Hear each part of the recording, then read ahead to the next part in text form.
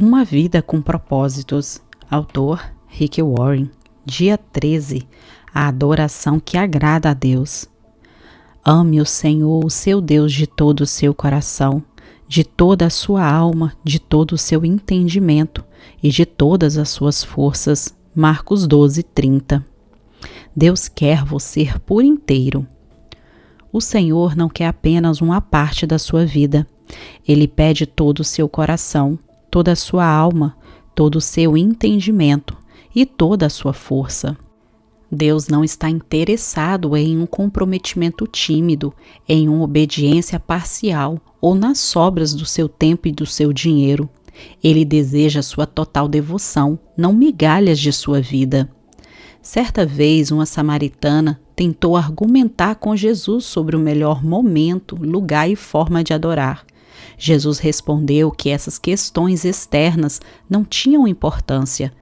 Onde você adora não é tão importante quanto o porquê você adora e quanto de você mesmo se oferece a Deus quando adora. Existe a forma certa e a forma errada de adorar.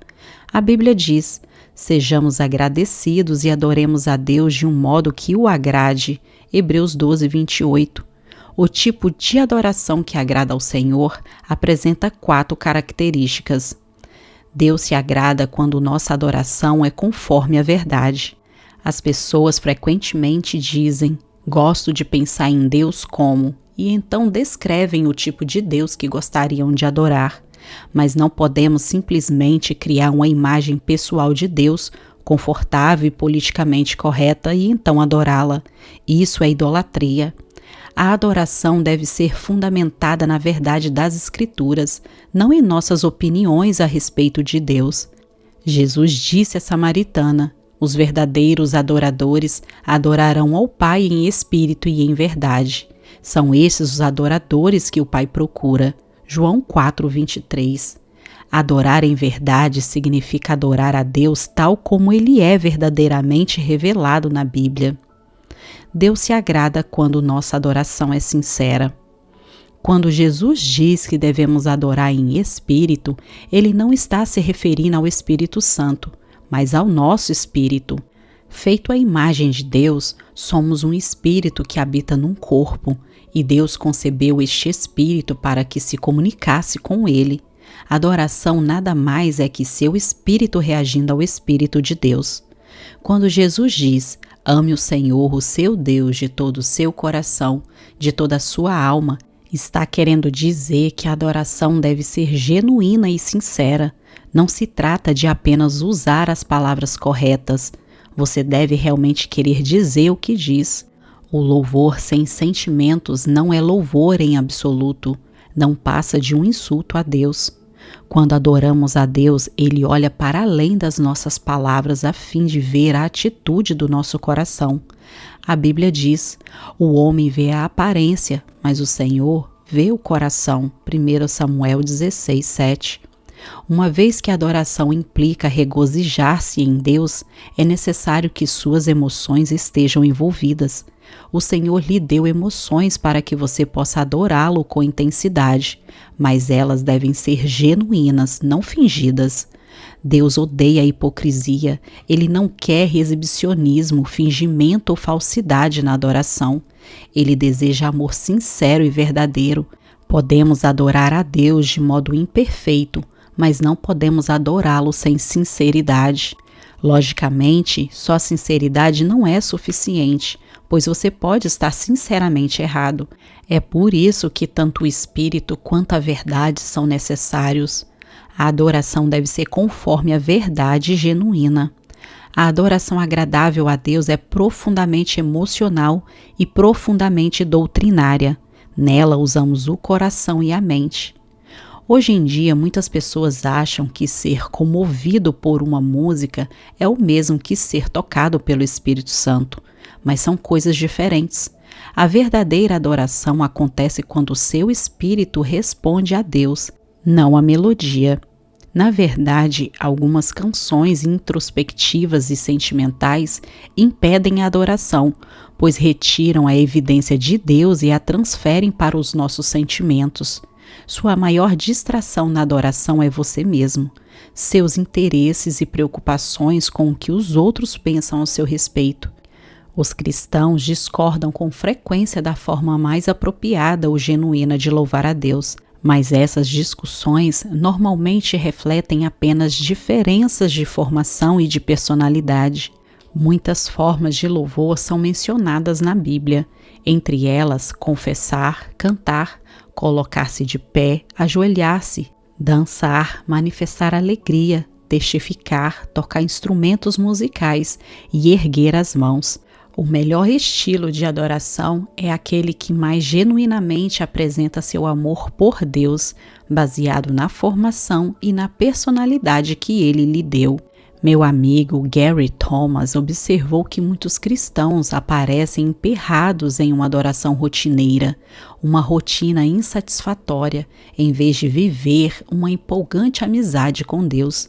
Isso ocorre porque se obrigam a utilizar métodos devocionais ou estilos de adoração que não se ajustam à maneira especialmente concedida por Deus a cada um.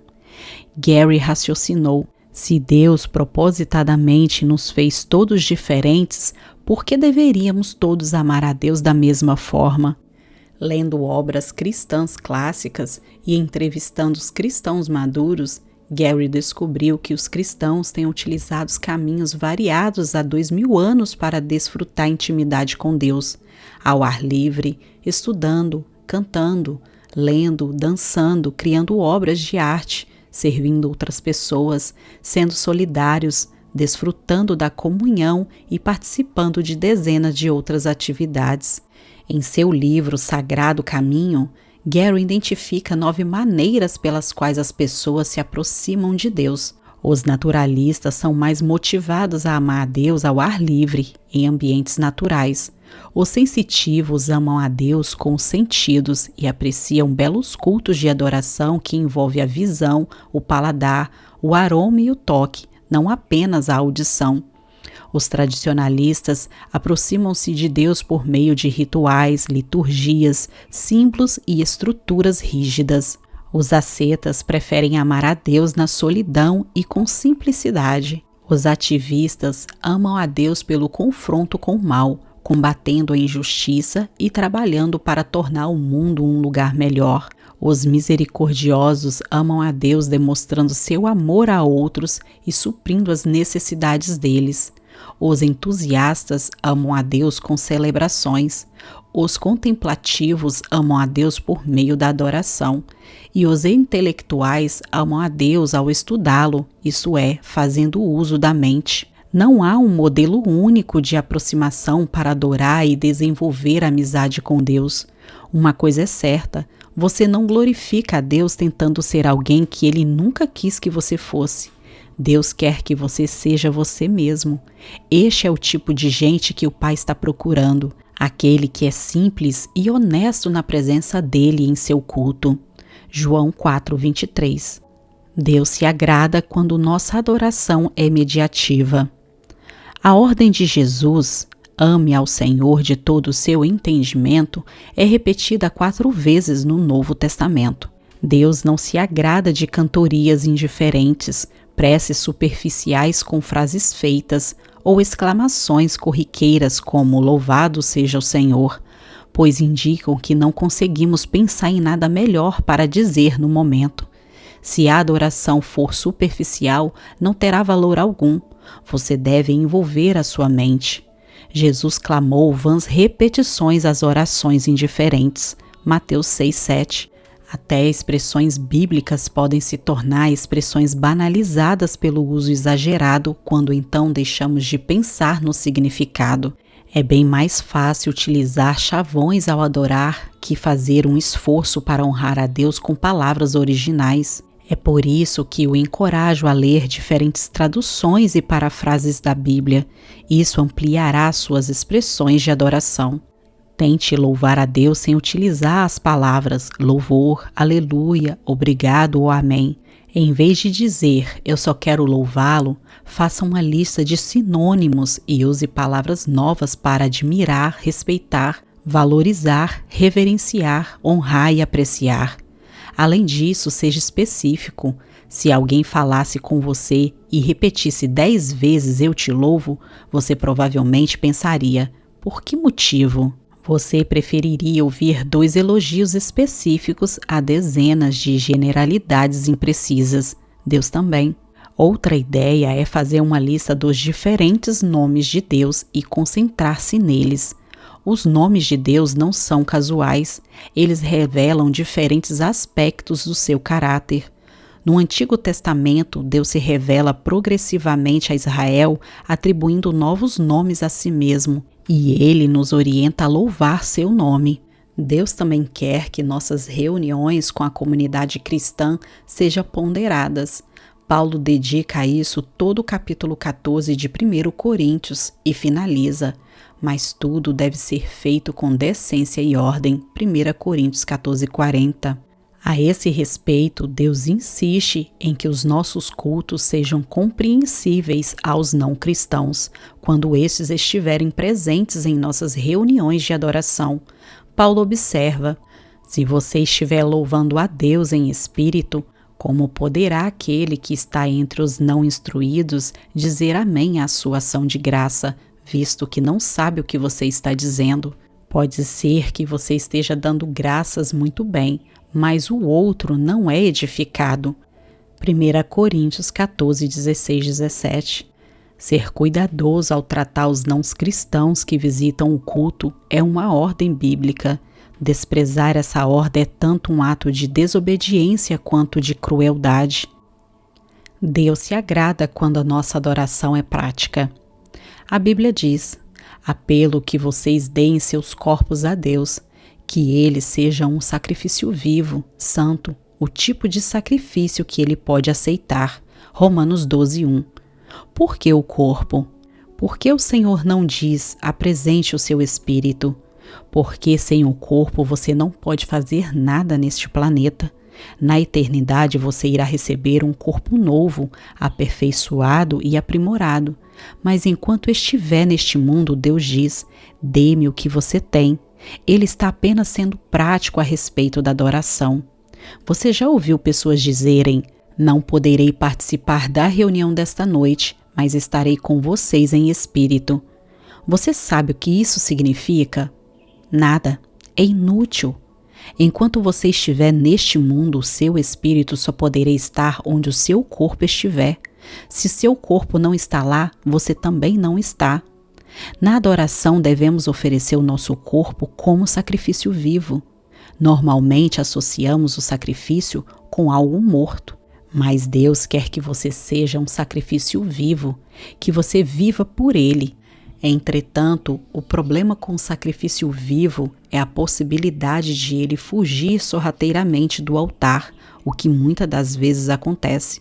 Cantamos, ó cristãos avante, no domingo e na segunda batemos em retirada e voltamos ao nosso velho modo de vida.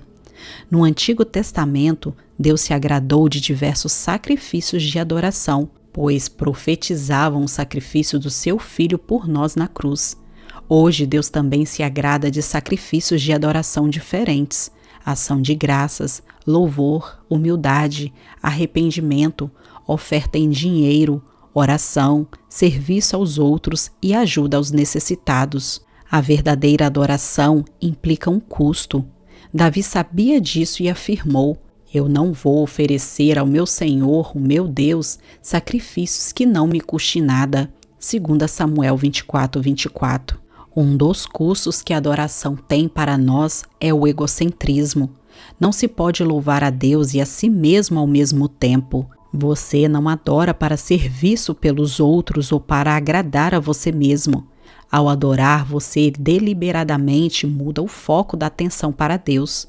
Quando Jesus diz, ame o Senhor de todas as suas forças, ele chama a atenção para o fato de que adorar exige esforço e energia.